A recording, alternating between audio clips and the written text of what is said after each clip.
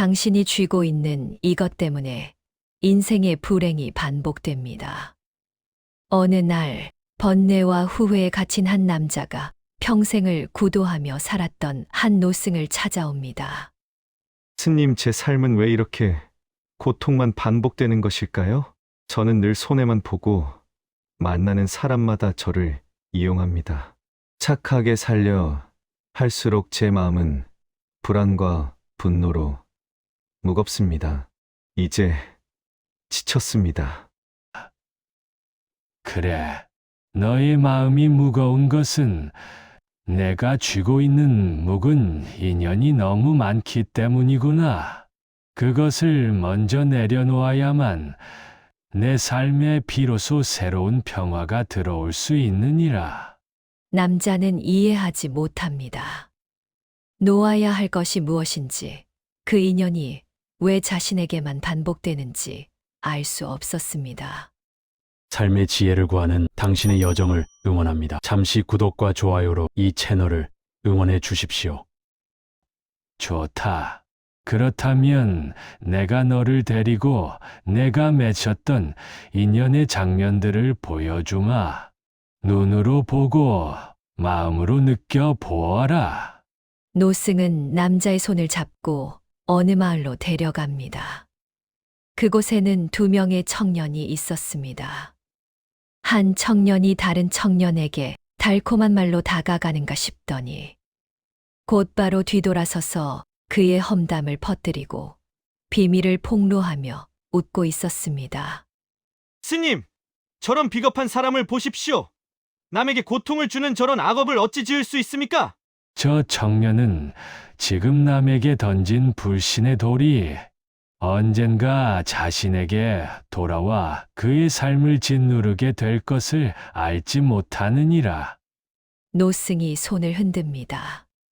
시간이 빠르게 흘러 험담을 하던 청년은 성공했지만 주변에 아무도 없었습니다.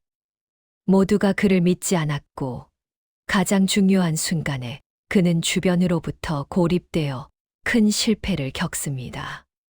저 고립된 모습은 낯설지 않습니다.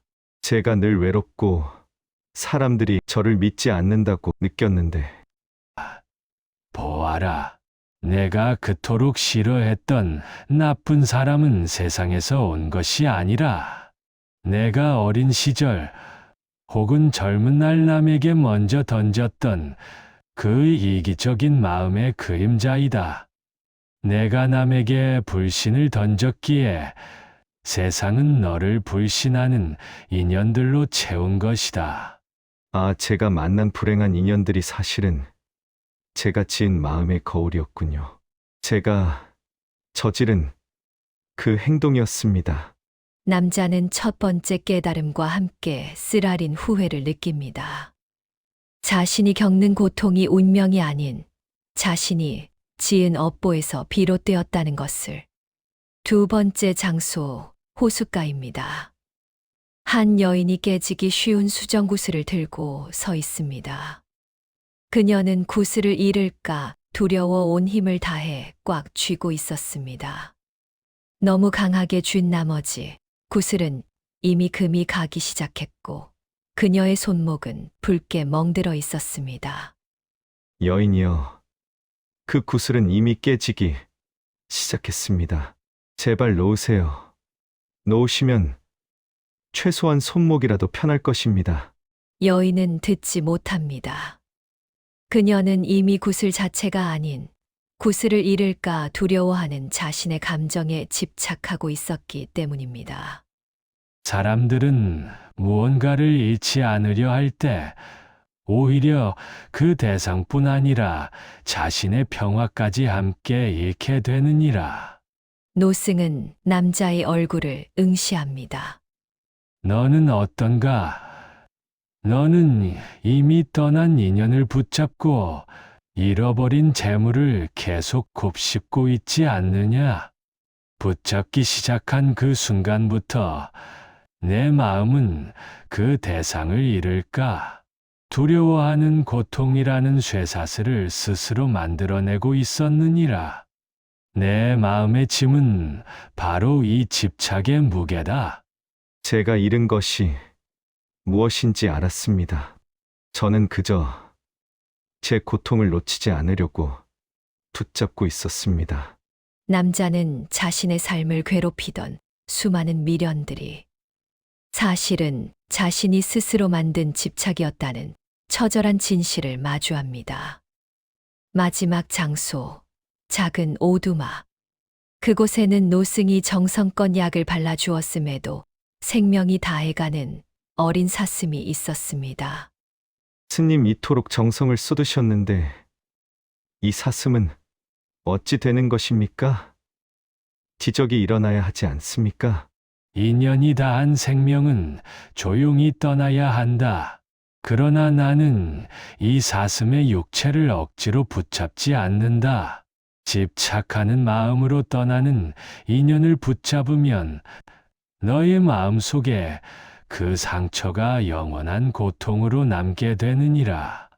내가 억지로 붙잡고 있는 인연은 이미 죽은 사슴처럼 내 마음의 짐만 되고 있지는 않느냐. 노승은 조용히 사슴의 눈을 감겨주고 창문을 열어 숲에 맑은 공기를 들어오게 합니다. 인연이 떠날 때는 조용히 보내라.